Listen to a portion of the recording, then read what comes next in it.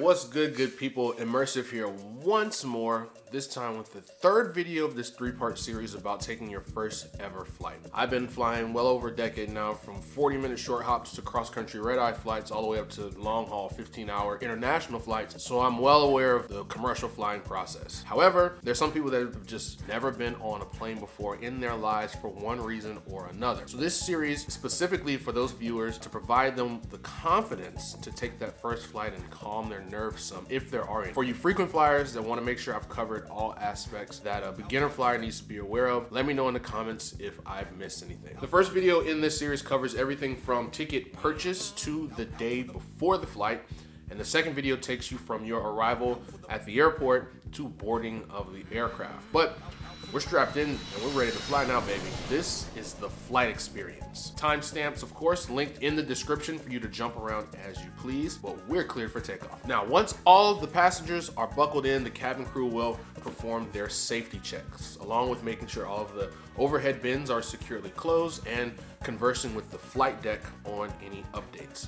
The cabin crew will then go over a safety briefing. Sometimes this is done in person or they will show a video.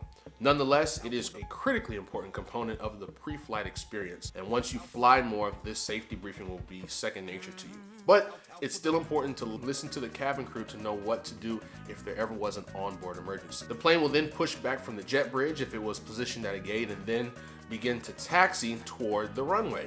It's important to keep in mind that once you're in your seat and your seatbelt has been fastened, to keep that seatbelt on at all times, especially for the takeoff and landing sequences. I'll explain why a bit later. So once the plane is done taxiing, it's time for takeoff. And if you're watching this as a first-time flyer, let me tell you, taking off is one of the most exhilarating experiences that a human can have, and I don't say that lightly. Hearing the plane engines roar to maximum power, then all of a sudden getting pushed back in your seat, rolling down the runway at breakneck speed, and then finally lifting off the ground, climbing in altitude over the airport, over the city, over the ocean, wherever you are, passing into the clouds. It's really something poetic. I really mean that. It's truly awe-inspiring experience. This is not to say that this is an enjoyable experience for everyone, especially for people like me that don't like heights. Like, I'm not a roller coaster guy.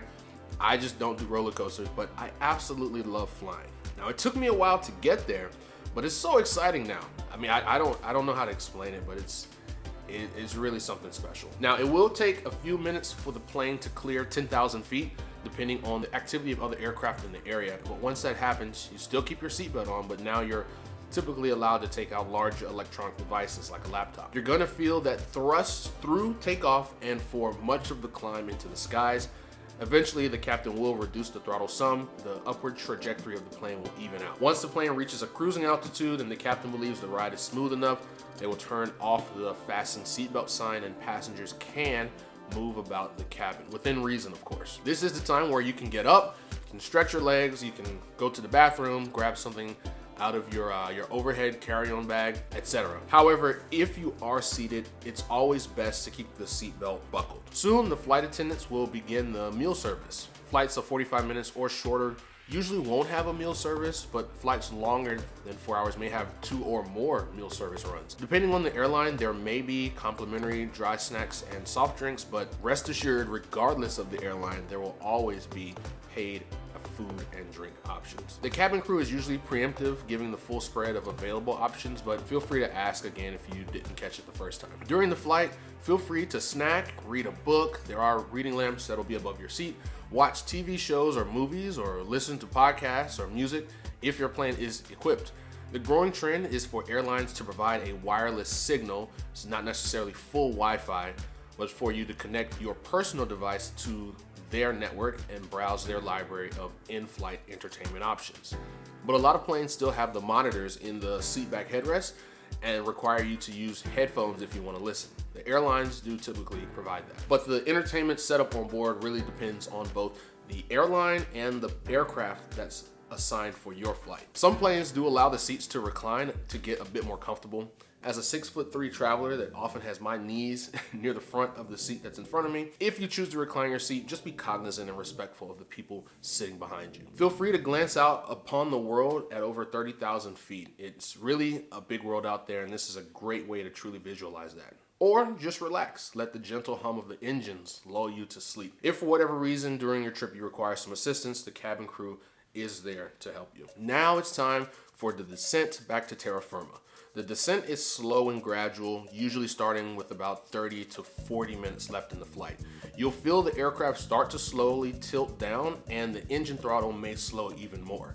At this time, you'll probably hear a message from the flight deck, that's shorthand, meaning the captain and the first officer, about the current situation in your arrival airport or at your arrival airport. Sometimes they'll make reference to weather or if there will be any turbulence on the way in. Then the cabin crew will collect any trash that's lingering and instruct everyone to start putting away their larger electronic devices, stow their tray tables, their food and drink tables, and then return their seats to their upright positions. This is likely also your last chance for a bathroom break or to stretch or to put anything in the overhead compartment, as the last 10 to 15 minutes usually has everyone staying in their seat until the plane gets to the gate. Just a pro tip here also, the air pressure changes with altitude if you're unaware, and this can really impact your ears and cause excruciating pressure headaches. I mean, I've seen bring some people to tears, and I've had some awful pressure headaches before, and they typically occur when I fall asleep on the plane and then there were some atmospheric changes. Now, you can usually tell when there's pressure buildup because it's gonna be difficult for you to hear everyone around you, or you're yelling at everyone because you can't hear yourself when you're speaking. Some travelers say to chew gum to help equalize the pressure, but what works for me is yawning. Yes, yawning, even like a half yawn where I can sense my ears popping, has worked extremely well to prevent the pressure buildup upon descent. Sometimes, even after the pressure is built up, a good yawn will get the job done.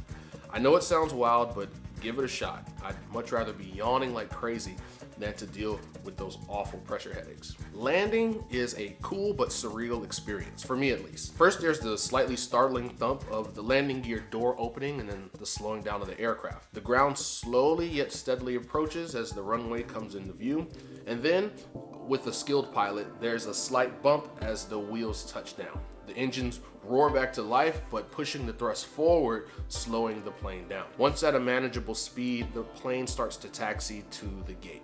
Remember, keep those seat belts fastened until the crew indicates otherwise. There may be a line waiting to get to the terminal, so sometimes it takes a while from touchdown to gate arrival. Usually now, the flight attendants will welcome you to wherever you've landed, provide the local time, and advise you of which carousel your luggage will be delivered to. Once you get the go-ahead to unbuckle your seatbelt, resist the urge to stand up to leave the plane. This is a pet peeve of mine. Everyone stands up, but there's nowhere to go.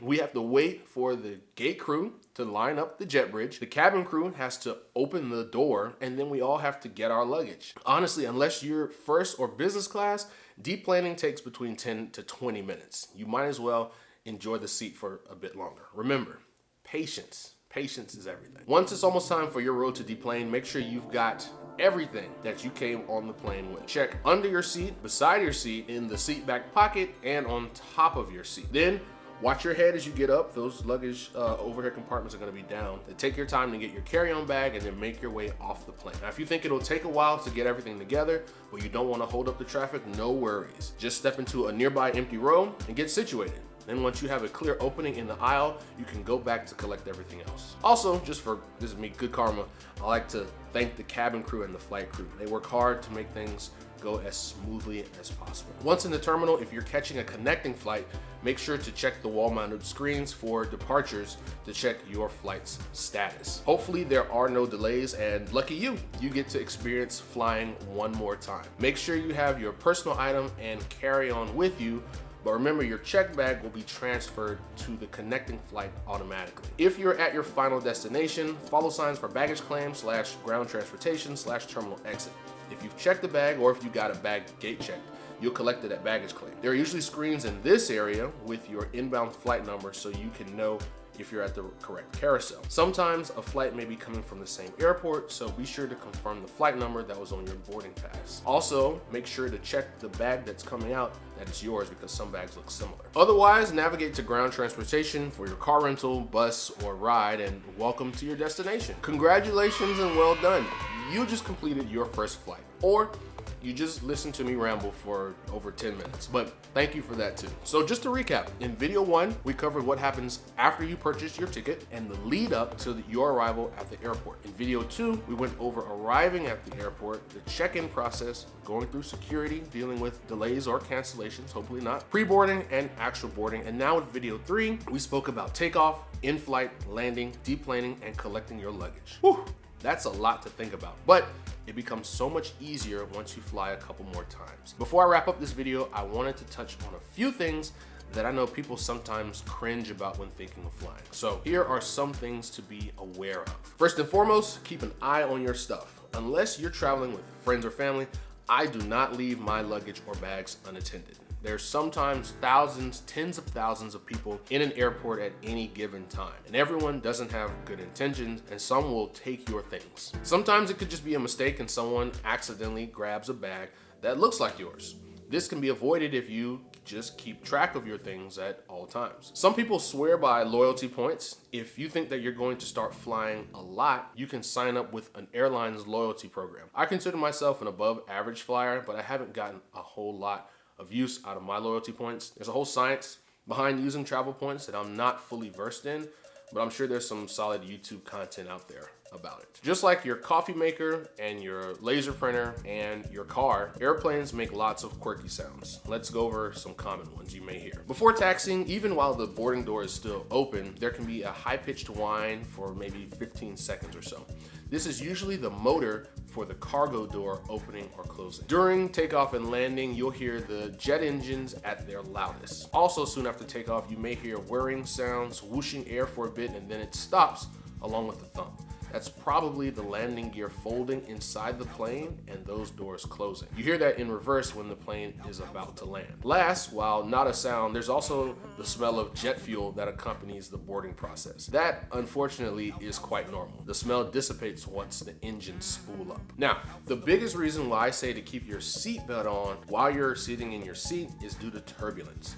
Turbulence in aviation refers to pockets of unsettled air, and it can jostle the airplane as it passes through these pockets. Think of it like potholes in the sky. The severity of it varies from slight bumps like you would feel in your car, all the way up to heaving shoves that can throw items and people that aren't secured. It's by far my least favorite part of flying because turbulence can occur without warning. Severe turbulence is rare on flights, but every now and then there are bad bouts that the flight crew tries their best to escape from. This is not to scare you, just to give you a heads up so that you're aware. All in all, if you've never flown before, I encourage you to approach it with a positive attitude. I'm not gonna lie to you, aircraft incidents, whether they are a plane skidding off the runway or even a crash, those are all terrifying. They are sensationalized and amped up by the media, but still very scary situations. The crazy thing is that even with the uptick in incidents over the past couple of years or so, flying is still the safest method of transportation out there. And I know that a lot of people aren't going to trust the statistics because fear is a